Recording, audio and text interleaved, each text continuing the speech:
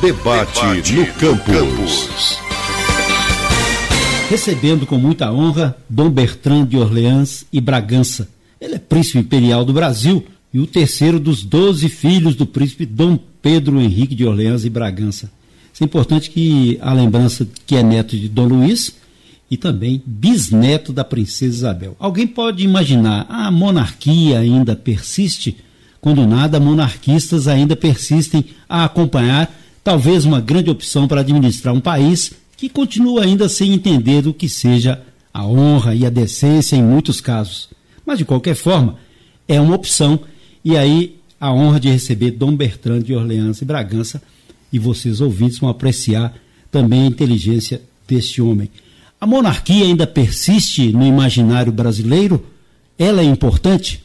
O que não persiste no imaginário brasileiro é a república. Os brasileiros estão fartos da república. Eu não encontro um brasileiro que diga de boca cheia que a república deu certo. Pelo contrário, os brasileiros, quando vão escolher os reis de futebol, o jogador, o Pelé, é o rei de futebol, não é o presidente de futebol. Existe o rei da panela na feira, existe o rei da bicicleta. Imagine uma mulher, uma senhora, que quisesse abrir uma loja de roupas infantis. Pudesse escolher entre dois nomes, a filhinha da primeira-dama ou a princesinha. O que está no imaginário popular? É a princesinha, não é a filhinha da primeira-dama. Quer dizer, a monarquia corresponde à hora natural das coisas. É o regime que mais corresponde à natureza humana. A república foi uma invenção abstrata que nunca deu certo. No Brasil deu certo durante a monarquia. Durante a república, um conjunto de golpes, de caos, de estado de sítio e censura. E hoje em dia nós temos um governo que está saqueando o país. É verdade. O que nós estamos vendo exatamente é o país é riquíssimo, o povo é trabalhador e o país está sendo saqueado. Nós estamos na maior crise econômica da nossa história. Por quê? Porque saquearam o país, pura e simplesmente. É comum a gente observar que na Europa mantém-se a tradição da monarquia, inclusive é visualizada como ali está o retrato de um país, de um povo, a honra de um povo. Porque e no Brasil? De fato, qual a missão de um chefe de Estado, de um rei? É encarnar a virtude do seu povo, ser um símbolo vivo da nação. Essa é a missão do rei. E, com isso, ele cria na nação algo que é absolutamente fundamental. Ele lembra a todos que uma nação, antes de mais nada, é uma grande família com um destino em comum a realizar. De onde decorre um clima psicológico que tende a estimular a virtude do seu povo e a inibir suas más tendências. Exatamente como numa família, a presença do pai ou da mãe estimula a virtude dos filhos e inibe as suas travessuras. Daí a diferença da moralidade pública no tempo da monarquia, Dom Pedro II, e depois com a república. Na república foi de corrupção do começo ao fim, com alguns hiatos, mas no conjunto foi um crime que acabou corrompendo a nação. Hoje, nós estamos passando pela pior crise econômica, como eu disse, por quê? Porque há um grupo que saqueou a nação. E qual o caminho para o nosso país? A meu ver, é voltar à monarquia. O filósofo Sócrates, uma vez perguntaram a ele, do tempo da Grécia Antiga, mas tinha aquela clareza dos filósofos. Havia uma crise e o povo perguntou a ele o que nós devemos fazer para voltarmos a sermos felizes. Sócrates respondeu: façam aquilo que faziam quando eram felizes. Muito simples. O Brasil foi feliz. Quando? No período de Dom Pedro II. Foram 49 anos de estabilidade, de continuidade na coisa pública, etc. E um progresso extraordinário. O Brasil, naquele tempo, era os países mais ricos e com maior futuro que havia. Porque nós temos, Deus, na sua infinita bondade, nos deu um país fabuloso. Nós temos um povo que é muito bom. Nós temos uma imensidade de terras. O Brasil é o país com a maior área cultivável do mundo. Nós temos um clima muito bom, porque não é muito quente. Aqui o pessoal se queixa um pouco no verão, que é quente, etc. Mas se compara isso com os verões da Europa, e chega a 48 graus, nós não temos isso. Nem temos os frios polares. Não precisa de calefação, não precisa de muita roupa, as coisas são simples, são fáceis, tudo isso nós temos. O que nós precisamos? Um ambiente no qual haja moralidade. E nós vemos certas regiões do Brasil, de fronteira agrícola, em que o governo interfere pouco, graças a Deus, um progresso extraordinário. No Mato Grosso, por exemplo, são os mais altos índices de desenvolvimento humano do Brasil. E esse detalhe, então o caminho seria a monarquia, mas a população teria que ter uma consciência também para que ela compreenda os caminhos, para que eles possam voltar a ser felizes, como no tempo de Sócrates. Exatamente.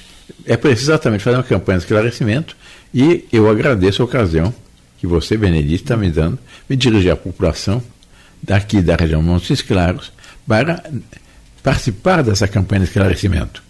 Esse caminho, ele está sendo planejado, trabalhado? Está sendo trabalhado no mundo, no Brasil inteiro. Eu estou chegando no Nordeste, eu tive 21 dias no Nordeste, aqui na Paraíba, Pernambuco, Alagoas, Sergipe, Bahia, fazendo conferências, entrevistas, tomando contatos, etc.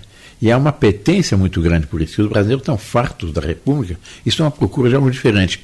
E estão um pouco como o filho pródigo da parábola do Evangelho. Uhum. Ele pediu a sua parte da herança, foi para a cidade, gastou, esbanjou o seu dinheiro. Algum tempo depois, para não morrer de fome, empregou-se para cuidar dos porcos, e o pagamento é poder participar da comida dos porcos. Ele comia as bolotas dos porcos. E aí veio a saudade da casa paterna. E ele resolveu voltar para casa. Os brasileiros estão um pouco nesse estado de espírito. Eles estão se perguntando, valeu a pena abandonar aquele regime que fazia do Brasil uma grande família? É a pergunta. O grande mistério do filho pródigo é quando ele volta mesmo para casa, e por isso ele é festejado. É festejado pelo pai. E eu tenho certeza que numa volta à monarquia será uma imensa confraternização nacional, um imenso perdão com relação ao passado e um reinício da nossa pátria. Uhum. Porque o povo é bom. E esse povo bom teria que passar por um plebiscito, então. Pode ser um plebiscito. Nós tivemos um plebiscito em 93, porque a República, ela nasceu, foi um golpe de Estado, de uma minoria. E nasceu provisoriamente. O decreto número 1 dizia, está provisoriamente proclamado República. No artigo 7º do decreto número 1, se previa uma consulta popular, para que os brasileiros pudessem dizer se queriam a monarquia, queriam a república, ou preferiam continuar com a monarquia. Em vez de convocar esse plebiscito, que sabiam que iam perder, o imperador era muito querido, eles fizeram um decreto, alguns dias depois, que era o decreto número 85A da República, e puseram a monarquia fora da lei. Nos cassaram os direitos políticos. Se houve uma corrente política nesse país que teve os seus direitos cassados durante 99 anos, fomos nós. Só 99 anos depois que a atual Constituição resolveu fazer o plebiscito, em 1993. Os direitos políticos foram, nós tivemos restabelecimento dos nossos direitos políticos em 88. E aí convocou-se o plebiscito, e o plebiscito foi em 93. Mas não houve igualdade de condições, nós tínhamos toda a máquina do Estado contra, toda a grande mídia contra, e os resultados foram falseados. Uhum. Porque deu 13% dos votos no Brasil inteiro.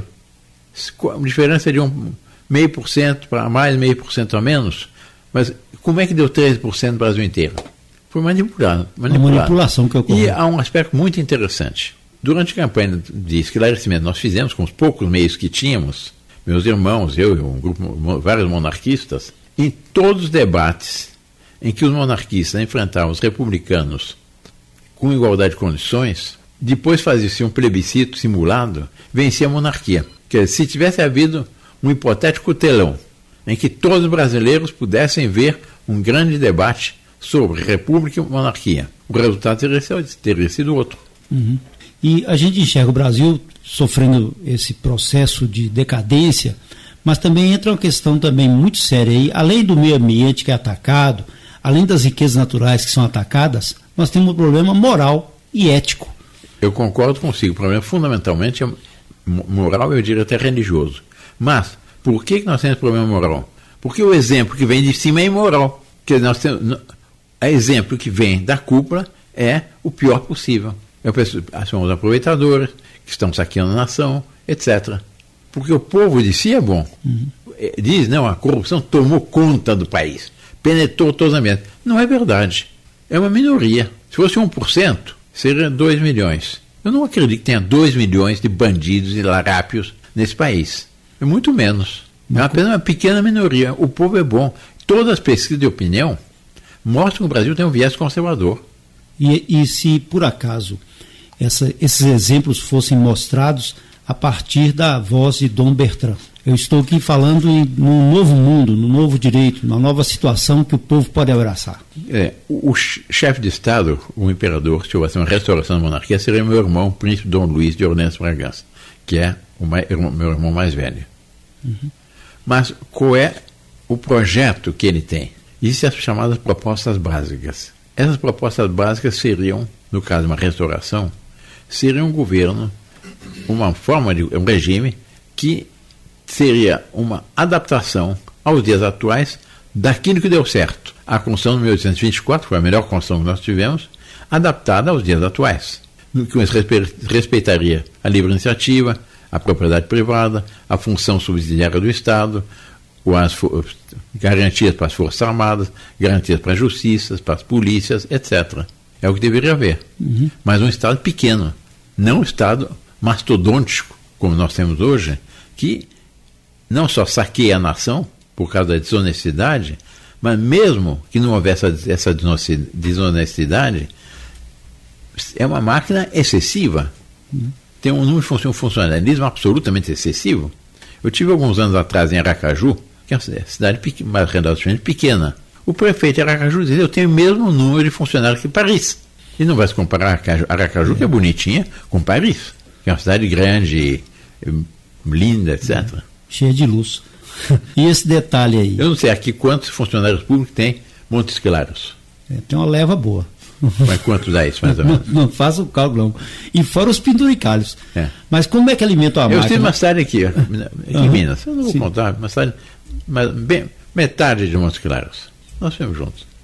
São 8 mil funcionários. Paris tem 15 mil. É 7 Lagoas. Foi 7 Lagoas. Né? Acho que só a prefeitura tem em torno de 12 mil. Quanto? 12 mil? 12 mil, mais ou menos. Bom, Paris tem 15. Que tal? É um negócio danado mesmo. E assim não funciona. Imagina qual é a empresa particular que funcionaria assim. E tudo com pagamento de impostos. Tudo com pagamento de nossos impostos. Quem está sendo escorchado para isso é o povo. E a educação? A educação também é fundamental. Mas acontece que os professores são mal pagos. O governo deu um viés esquerdista na educação. Hoje, para passar no Enem, tem que responder de acordo com uma cartilha de esquerda. Senão, as notas no Enem são baixas. Antigamente, o primeiro colégio, todo ano, sistematicamente, que tinha a primeira, vencia os concursos do Enem, as melhores notas do Enem, era o Colégio São Bento do Rio. Agora não, porque o pessoal é gente conservadora, dão as respostas conservadoras e tem notas baixas. Porque é uma agenda, assim como nos países comunistas, tem uma agenda e que a pessoa tem que se adaptar a essa agenda. E os alunos, desde pequeninos, já têm que responder essas coisas de acordo com essa posição de esquerda. Que, aliás, não se sustenta mais, porque no Brasil o pessoal está farto disso. Dom Bertrand, nós estamos encerrando a nossa entrevista, mas eu gostaria que Dom Bertrand desse uma mensagem, não só ao povo de Montes Claros, mas do norte de Minas, sobre a visão que se tem desse futuro e qual o caminho para alcançar o melhor viver, o bem viver. A única solução, você, Benedito, disse uma coisa muito verdadeira, é uma crise moral. Atrás da crise moral é uma crise religiosa. A única solução é uma restauração moral e religiosa. Imagine um país, uma cidade, uma região, um país que Santo Agostinho sugere esse pensamento, que respeita os 10 mandamentos da lei de Deus. Que problema haveria? Haveria assassinatos, roubos, imoralidades, gente cobiçando a mulher do próximo? Não haveria. Desejando a mulher do próximo? Não haveria, pelo contrário. Seriam o que nós rezamos no Padre Nosso todo dia: venha nosso vosso reino, seja feita a vossa vontade, assim na terra como no céu. Seria fazer do Brasil uma antecâmara do céu. E não esse caos, com essa imoralidade, essa decadência, com a droga, com todo o que vem corrompendo nosso povo. Muito simples, né?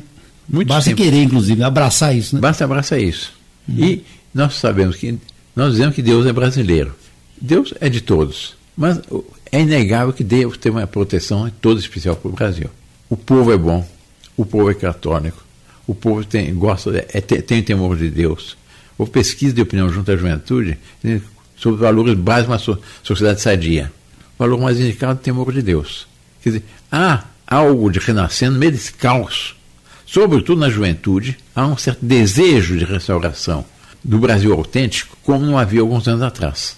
Nós estamos, o pêndulo das utopias, das corrupções, etc., chegou ao seu topo. ele está começando a voltar. E com as redes sociais, o pessoal está despertando. Vi, ontem eu cheguei aqui, quantas pessoas tinha? 30 pessoas numa reunião no hotel, que nem tinham sido convidadas. Souberam na rede social e puf, está todo mundo lá. Bom demais. Agradeço, Dom Bertrand, pelo direito, né, de ter concedido essa entrevista a todos nós aqui. Minha mensagem aos brasileiros é a seguinte: creiam, acreditem no país e ponham seus olhos em Deus Nosso Senhor, peçam a Nossa Senhora Aparecida, que é a rainha do Brasil, que nos proteja e que nos ajude a voltarmos ao bom caminho, à casa paterna. Muito obrigado, Dom Bertrand. Muito obrigado, Benedito. Debate no campus.